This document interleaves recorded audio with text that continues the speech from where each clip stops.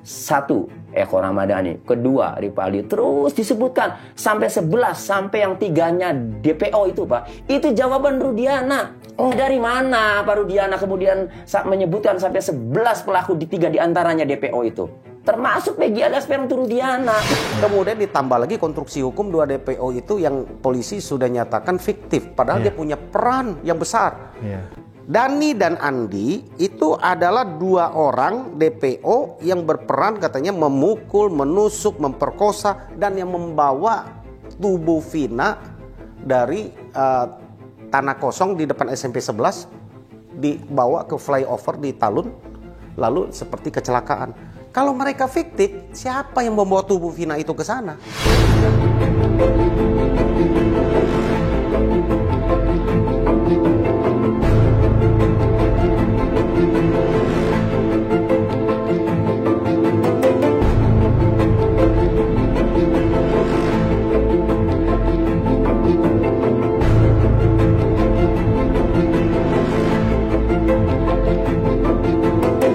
DPO itu, ya, lagi-lagi yang memunculkan adalah Rudiana.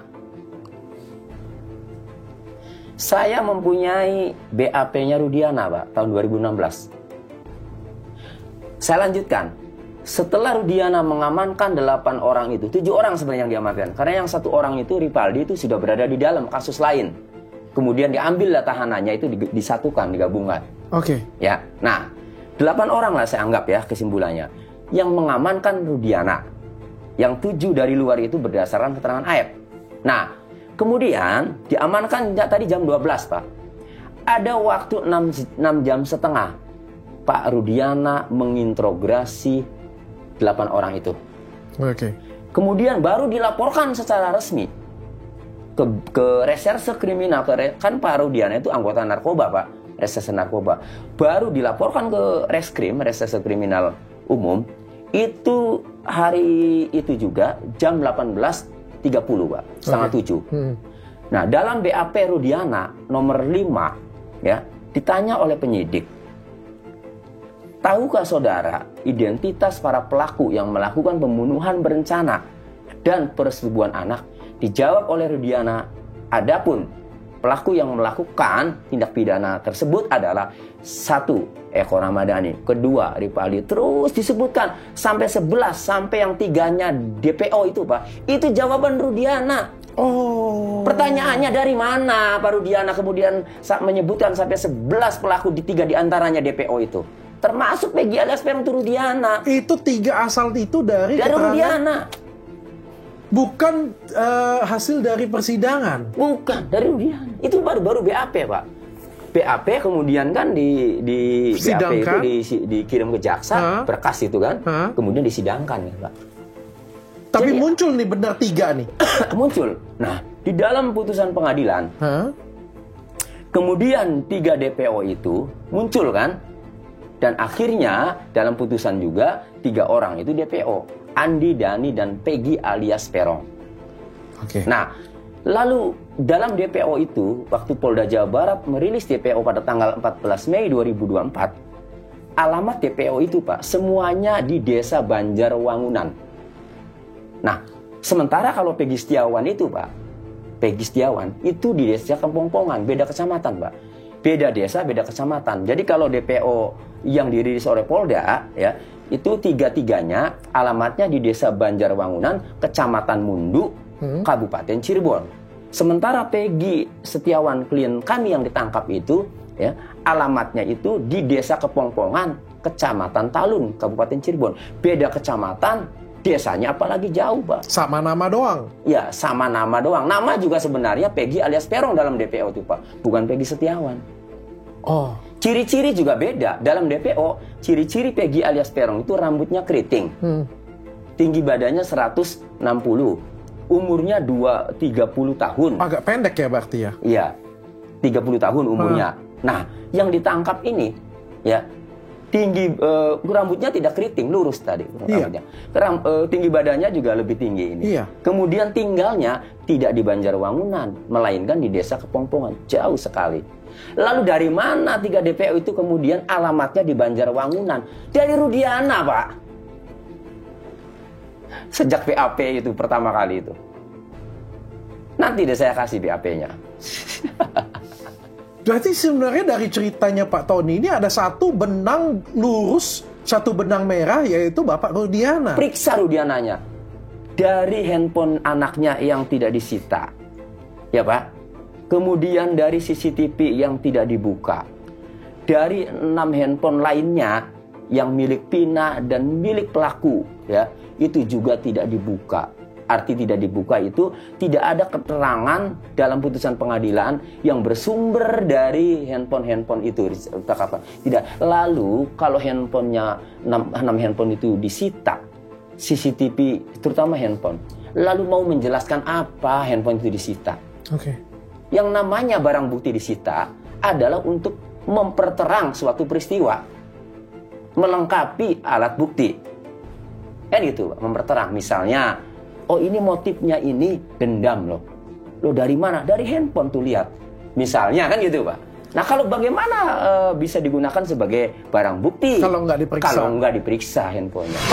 Orangnya udah sekarat, udah mau mati gitu kan. Terus pejabat yang yang sibuk banget menurut kita kebiasaan atau menurut KUHAP itu baru boleh dibawa sumpah kan. Ini orang sehat-sehat, malah keterangannya Dede disuruh sama Rudiana 2 kali lu dikonfirm menurut pengakuannya Dede.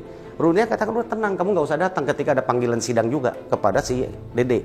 Nanti ini kesaksiannya, ini tertulis di depan notaris kepada kami. Dan satu lagi Pak Abraham, ya Bang, bahwa ada BAP kepada Dede 2 kali, tanggal 2 September 2016 dan juga tanggal 23 November 2016. Yang 2 September 2016 kami perlihatkan ke Dede kemarin, dia mengakui bahwa itu memang tanda tangan dia, bahwa dia betul di BAP, dan keterangannya itu yang dia nyatakan tidak betul dan dia cabut. Tapi BAP tanggal 23 November kemarin Dede sampaikan, dan itu dia tuliskan dan dia direkam juga sama kami, bahwa dia nyatakan bukan, dan itu bukan tanda tangan dia. Berarti dipalsukan ya? Kami jadi berpikir-pikir, ini nggak main-main loh, 340 nyawa orang. Apalagi kalau Peggy kemarin itu jadi terus menjadi hukuman mati. Dan orang sudah menjalani nih. Orang udah menjalani 8 tahun. Kita berpositif thinking lah ya. Tapi dari rangkaian peristiwa tadi, menurut kami banyak keanehan-keanehan. Dan menurut saya ya, Bang Abraham, bahwa ini bukan kesalahan institusi polisi semata. Ini hasil kerja polisi sudah di P21 sama jaksa. Sudah diuji di pengadilan tingkat 1. Sudah ada banding. Sampai kasasi, bahkan sampai gerasi. Ini kami bertanya, bagaimana negara kita ini hukumnya? Iya. Harusnya kan misalnya kalau ada keanehan, pengadilan bisa menganulir. Artinya kan bukti-bukti yang dihadirkan, nanti kami bicara banyak, tapi kalau kami bongkar jadi seperti pengadilan di muka umum ya. Banyak sekali kami temukan, mungkin ratusan kejanggalan ya. Yang aneh, kenapa kita aja bisa temukan, kenapa berapa kali pengadilan kok nggak keuji? Nah, kami makanya menyalurkan itu, ya kita kan karena itu sudah inkrah, sebagai praktisi hukum tentu kita hargai, kita hormati. Bahwa itu ada produk hukum, terlepas apapun yang kita komentar, bahwa itu sudah inkrah. Nah, ya menurut kami ini menarik. Sebenarnya dihadirkan bukti CCTV kalau dibuka, kan di dalam persidangan itu ada 7 CCTV tuh. Tapi dalam keterangan di persidangan tidak dibuka. Kenapa itu nggak dibuka? Kita nggak tahu. Itu yang kita tanya. Ada 6 handphone plus handphonenya Vina disita. Jadi barang bukti. Itu juga nggak dibuka percakapannya. Ya kan? Bukti yang ada untuk menghukum mereka menjadi sumber hidup menurut kami hanya berdasarkan kesaksian siapa? Dede, Aep, sama Liga Akbar itu yang lihat langsung pelakunya. Yang lain itu kan hanya menyatakan tidak ada di rumah Pak RT, menguatkan alibi, kan gitu kan? Sekarang ini dari 3 ini 2 sudah cabut, tinggal Aep seorang diri. Nah kita bisa menilai lah peristiwa itu. Yang lain yang menghubungkan, kalaupun peristiwa itu ada, mana buktinya yang menghubungkan bahwa mereka pelakunya? Kalau batunya, siapa tahu ada bekas darah, darahnya betul mereka. Ada pisaunya ini pisau dibilang samurai, tapi yang diamankan itu mandau. Dibilang dipukul balok, yang dihadirkan bambu. Kan gitu kan? Dibilang batu berserakan, dihadirkan batu katanya dengan sebesar gini. Saya bingung nimpuknya bagaimana itu ya.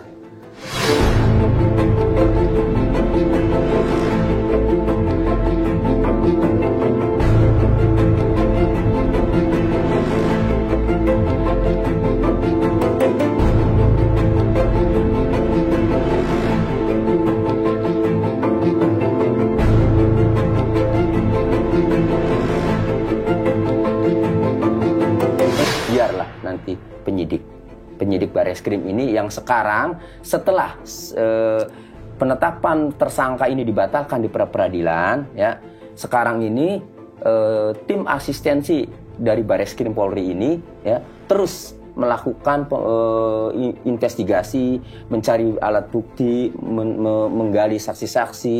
Nah, apalagi sekarang Pak Rudiana dilaporkan, ya. Nah, sehingga itu pintu masuk bagi Bareskrim Polri untuk memeriksa Pak Rudiana agar kebenaran itu terungkap, agar Pak Rudiana menjelaskan yang sebenarnya. Dari 3 DPO, ini salah DPO-nya 3 ini. Cuma ada 1 DPO-nya, yaitu Peggy Setiawan, dan tiba-tiba langsung ditangkap klien Bapak lagi tiba-tiba. Ya, jadi penghapusan 2 nama DPO tadi, ya Dok, itu setelah Peggy Setiawan ditangkap. Seolah-olah sudahlah, kerja kita sudah selesai dengan Peggy Setiawan ditangkap. Tidak mau pusing lagi dengan 2 DPO lainnya. Dengan alasan bahwa salah sebut dan fiktif 2 DPO itu, Andi dan Dani. Saya ungkap nih di sini. Kita percaya dulu lah putusan pengadilan dengan kronologisnya. Meskipun saya hanya meyakini fakta visum saja, ya. Kalau kronologisnya itu kami nggak yakin. Tetapi kalau bicara DPO itu dihapus, saya ungkap nih fakta persidangannya dalam putusan. Dalam putusan pengadilan, kronologis terjadinya pembunuhan, ya, setelah Vina dan Eki itu, Pak, dieksekusi di lahan kosong berdasarkan putusan pengadilan, ya. Kemudian dibawa ke flyover jembatan layang, flyover Talun, jembatan layang. Siapa dalam dakwaan itu yang membawa, Pak? Yang membawa Eki, Pak, adalah Andi dan Dani. Berarti ada dong. Iya, jadi menggunakan motornya Eki, motor korban, Eki ditaruh di tengah, ya. Yang nyetir Andi, di belakangnya diapit oleh Dani. Yang jepit? Iya. Lah, kok kenapa bisa hilang dari DPO? Itu dia kan. Nah, jadi kemudian dibawalah ke jembatan layang Talun. Dan ingat, peristiwa pidana dimulai dari penyelidikan peristiwa pidana pembunuhan Vina Eki dimulai dari ditemukannya jenazah di jembatan Talun. Artinya, kalau 2 DPO itu yang berperan membawa Eki, ya, dari lahan kosong tempat eksekusi ke jembatan Talun, peran dia itu. Kemudian DPO ini dinyatakan fiktif. Pertanyaannya, siapa yang membawa jenazah Eki dari lahan kosong ke jembatan Talun? Apa mungkin Eki bawa sendiri kali motornya, ya? Terbang kali. Horor. Kan gitu, Dok, logikanya, Dok. Iya, kocak, ya. Iya, sehingga kalau berdasarkan putusan pengadilan, ya, pihak Polda yang kata dokter tadi orang hebat loh, ya, Polda kan di atas Polres, ya, gitu. Iya. Apakah nggak baca dulu, ya, putusan pengadilan sebelum ngomong gitu loh, ya, kan gitu. Jadi kalau tidak ada fiktif 2 orang yang membawa jenazah Eki dari lahan kosong ke jembatan Talun flyover itu, ya berarti tidak ditemukan dong jenazah di jembatan layang flyover Talun, kan gitu. Kalau memang itu fiktif, lalu berarti tidak ada peristiwa pidana dong, karena diungkapnya peristiwa pidana pembunuhan Vina Eki ini karena awalnya bermula ditemukannya korban Vina Eki di jembatan layang, Pak. Kami sudah membuat LP 3, Bang, terhadap pasren Pak RT, ya, dengan anaknya Kavi. Kita uji apa betul Pak RT itu benar tidak melihat. Kalaupun Kavi, kenapa kalau Kavi itu bersama-sama dengan mereka sampai pagi? Kalau dibilang nggak melihat, nggak mungkin. Dan banyak saksi yang lain mengatakan bersama-sama dengan mereka. Di luar yang terpidana dan yang 4 itu, ada warga, pemilik warung, dan kami sudah punya saksinya semua itu. Kemudian kami laporkan Dede dan Aep. Kenapa kami laporkan? Dah, keterangannya kalau mereka benar ada di rumah Pak RT, berarti mereka tidak ada di lokasi TKP. kami yakini peristiwa itu tidak terjadi. Hasilnya sudah ada. Dedek mengaku. Berarti tinggal aib kan? Ya. Nah, kemarin saya ketemu, saya katakan, kami sudah laporkan Anda loh, ya, bahwa kami tidak akan cabut laporannya. Kamu tetap apa yang kamu takut enggak? Saya daripada berdosa dihantui seumur hidup. Saya meyakini pengakuan Dede itu betul. Dia tahu ada ancaman apa? Hukuman badan, walaupun dia ngaku sekarang. Kalau orang mengaku-ngaku, dia tahu bahwa ini akan diproses. Bahwa dia akan apa? Akibat pengakuan dia, bahwa dia ini kemungkinan besar akan menjadi tersangka dan akan diproses. Dia katakan saya siap. Dia katakan dia siap. Artinya apa? Artinya menurut saya ini yang paling benar. Dia yakin betul kan? Dia yakin betul. Kenapa kamu mau? Kamu siap dihukum? Ya nggak apa-apa. Itu resiko saya katanya. Hebat ya. Karena dia tahu betul fakta sebenarnya. Iya. Dia ini kan. Ini menurut saya ini yang harus kita apa namanya? Bang, apa sudah pernah cari si AF? Sudah, Kang Dedi, kami semua sudah coba, katanya menghilang, ya tidak bisa ditemui dan ya kelihatannya ada yang dia sembunyikan, ya kan? Ya biarlah, itu kan tugas penyidik ya. Sekarang kalau tiga saksi mahkota yang melihat langsung, 2 sudah menyatakan itu tidak pernah terjadi. Kalau hanya seorang Aib sendiri, harusnya sudah gugur. Kemudian ditambah lagi konstruksi hukum 2 DPO itu yang polisi sudah nyatakan fiktif, padahal dia punya peran yang besar. Dani dan Andi itu adalah 2 orang DPO yang berperan katanya memukul, menusuk, memperkosa dan yang membawa tubuh Vina dari tanah kosong di depan SMP 11 dibawa ke flyover di Talun, lalu seperti kecelakaan. Kalau mereka fiktif, siapa yang membawa tubuh Vina itu ke sana? Ini kan jalan ceritanya gini loh Bang. Mereka ini katanya Vina awal dengan Eki naik motor lewat SMP 11 dikejar. Ditimpuk pakai batu, dikejar, dipepet sampai ke flyover. Sesudah mereka selesai dipepet, dipukulin, dibawa kembali ke SMP 11. Di depan ada tanah kosong. Disitulah terjadi perkosaan, pemukulan, pembunuhan itu menurut kronologisnya. Ya kan? Lalu sesudah selesai pembunuhan, penganiayaan di situ, tubuh mereka dibawa, yaitu yang tadi saya cerita, salah satunya oleh Dani dan Andi tadi, dibawa kembali tubuh mereka ke flyover. Ini aja menurut saya, ini banyak kejanggalan yang bisa kita tanya. Buktinya sesudah tubuh mereka tergeletak di flyover Talun ya, itu hanya 15 menit polisi udah datang. Ini 1,2 kilo kejar-kejaran, timpuk-timpuk batu, perkelahian, banyak ada warung, ada apa di situ. Terus dibawa lagi ke tanah kosong, sempet lagi terjadi perkosaan dan rame-rame. Saya berpikir nggak ada orang yang lihat. Hebat sekali ya. Nggak ada kegaduhan apa. Nggak ada kegaduhan dan nggak ada yang melihat, nggak ada yang gini. Itu aja patut kita pertanyakan ya, bukan kita ragukan peristiwa itu. Apalagi DPO itu yang katanya Dani dan Andi yang bawa tubuh si Vina, katanya nggak ada, fiktif. Lalu tubuh Vina itu sesudah bolak-balik begitu, siapa yang bawa?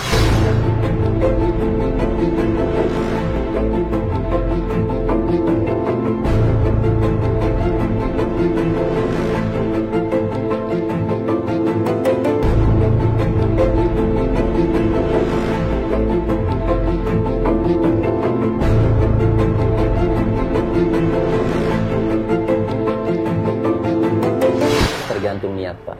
Kalau niatnya untuk mencari kebenaran, mudah sebenarnya. Kan itu. Apa yang membuat sulit ini? Kasus pembunuhan ini simpel Pak, sederhana. Yang ini terlihat sulit, ya karena tidak niat dan saya melihatnya ada yang ditutup-tutupi Pak.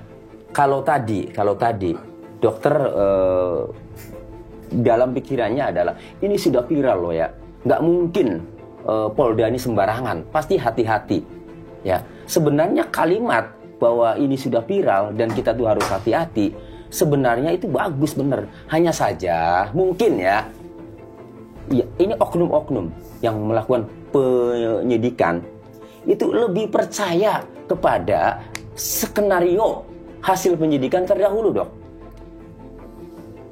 Andai saja mereka melakukan penyelidikan ulang dari nol. Mengkaji dengan seksama bahwa ini ada CCTV loh yang belum dibuka. Ini ada handphone loh yang belum dibuka. Maka ya, berdasarkan ilmu kriminologi yang dimiliki oleh para perwira itu, saya yakin tidak akan mengikuti hasil penyidikan yang sebelumnya, yang kami anggap hasil penyidikan sebelumnya ini amburadul, Dok. Oknum-oknum penyidik sebelumnya. Itulah kemudian akhirnya apa yang dianggapkan dokter itu akhirnya ya berbeda, ternyata amburadul karena tadi, Dok. Ya, karena tadi mengikuti skenario atau hasil penyidikan ya dari penyidikan tahun 2016-2017 itu. Jadi ini sebenarnya masih ada harapan, Dok. Kami tuh masih menaruh harapan besar. Ini akan gaduh terus, ya. Sampai terbuka. Pelaku yang sebenarnya itu tertangkap, sampai kejadian yang sebenarnya itu terungkap.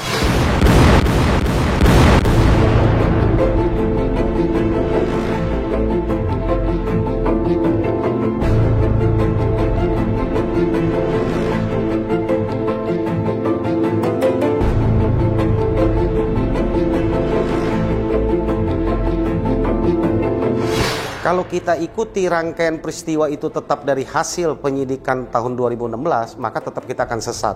Ya. Kami buka peluangnya kami bikin 3 LP, ayo mulai dari 0, kilometer 0. Kalau dari kilometer 0 itu dan ternyata hasilnya sama, mereka pelakunya, dan kita uji dan PK kami ditolak, ya sudah. Nggak ada masalah. Nggak ada masalah. Ya. Berarti hukum itu ditegakkan. Ya kan? Tapi kan dengan kejanggalan cerita mereka, dan terkonfirm loh, apa yang mereka cerita, logika dan masuk dan fakta betul.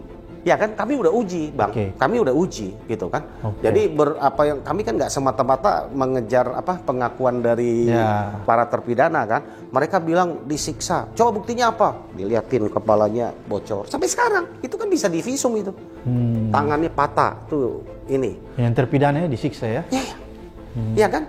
Jadi salah satu orang menurut pengakuan terpidana yang menyiksa memang Ibtu Rudiana. Menurut mereka bukan satu, beberapa orang. Tapi di situ ada Ibtu Rudiana. Ikut menurut pengakuan mereka.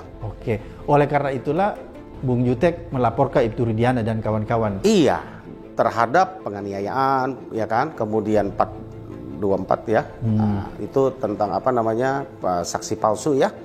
Nah, dan yang lain ada berapa pasal kita laporkan ya. Tentu ketika kami bikin LP, ya, ini banyak nggak semena-mena kan. Sebagaimana kita tahu di dalam hukum acara pidana ini kan kita menghadirkan bukti awal.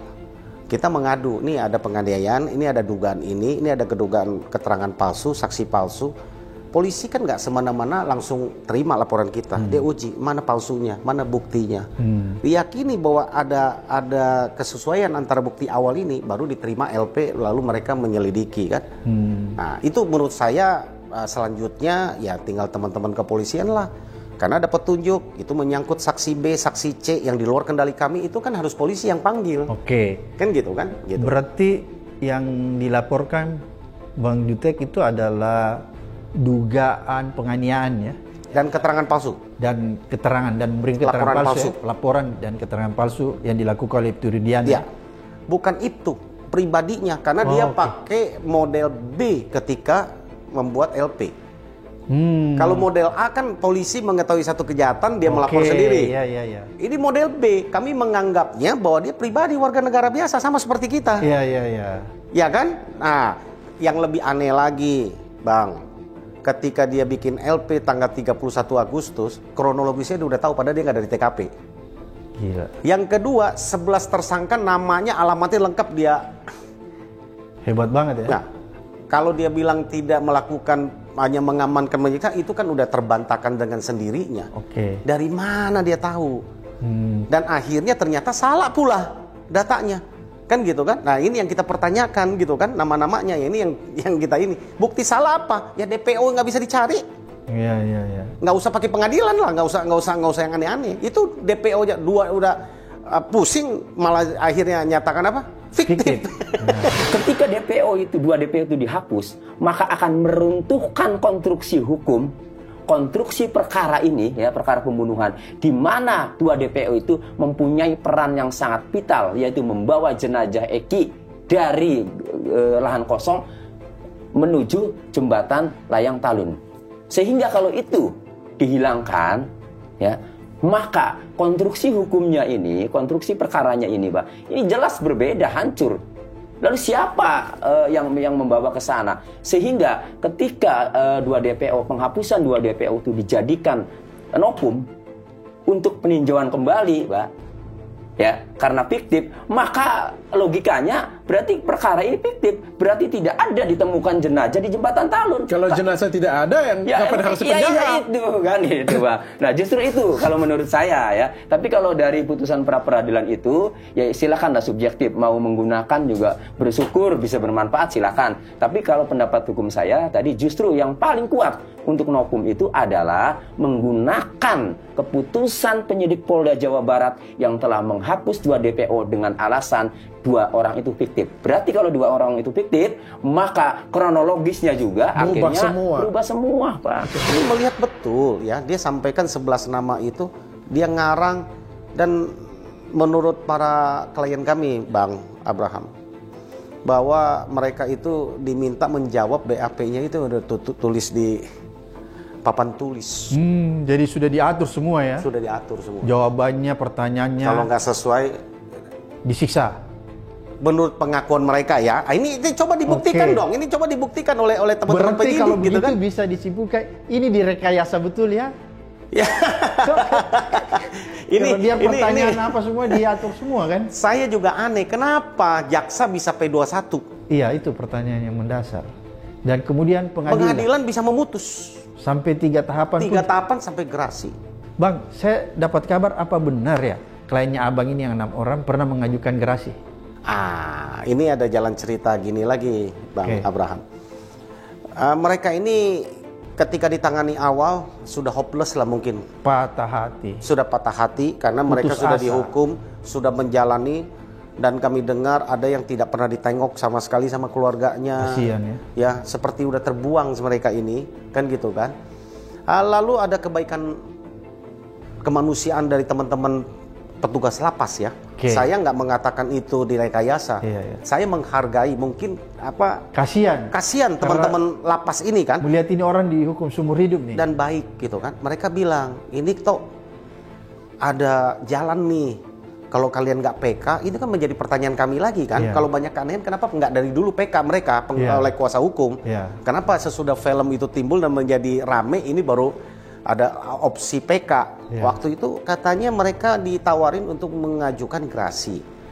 Mereka kan senang aja. Iya, yang penting bisa bebas kan? Terbebas dari hukuman seumur hidup. Ketika dibantu urus sampai kepada satu syarat. Salah satu syarat kan harus mengakui. Iya, pengakuan. Bahwa betul bahwa kami melakukan, kami mohon ampun. Ini yang kami confirm ke klien kami, para terpidana. Yang 6 orang. 6 orang. 4 kali saya confirm, 2 kali langsung, 2 kali lewat tim. Dia katakan, Pak, betul katanya saat itu, tapi kami nolak untuk menandatangani. Entah gimana, katanya, ya ini kan untuk persyaratan saja lah. Dan bukti mereka konsisten menolak, Bang, itu bukan hanya saat pengajuan gerasi. Di putusan jelas. Semua keterangan, semua apa yang tidak benar itu tercatat di petikan putusan. Mereka selalu katakan tidak benar, tidak benar, tidak benar, dan konsisten sampai hari ini.